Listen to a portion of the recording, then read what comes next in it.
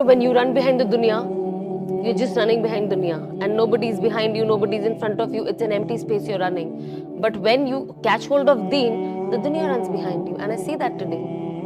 One thing that I tell people is that do not lose hope. Allah listens every single dua of everybody, even नाफरमा बरदारों की दुआ अल्लाह सुनता है, which is His mercy. That is why we call Him Rahim and Kareem. But make sure that if Allah has given us so many things and an opportunity to live, so make sure that you please Allah, because eventually to Him is our return. Do not forget that one day we have to die, we have to get into our graves. There will be a day of judgment, and it doesn't matter what you think. When Quran says something, that's the end of it. It will not change.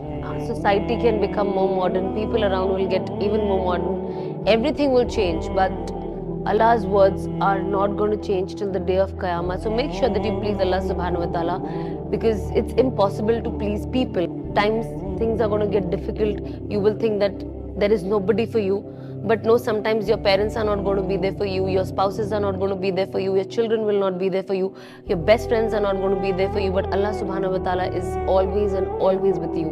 Like, sometimes when I cry a lot, I think, oh my God, my husband must be bored of seeing me crying. But when I pray namaz and I cry, I was like, Allah loves it. Allah will never be bored of my tears, never. People might take my tears for granted after a while, after a certain time.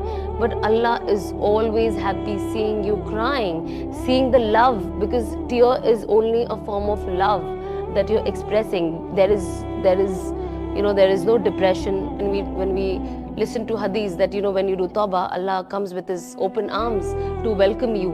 And that is what I saw.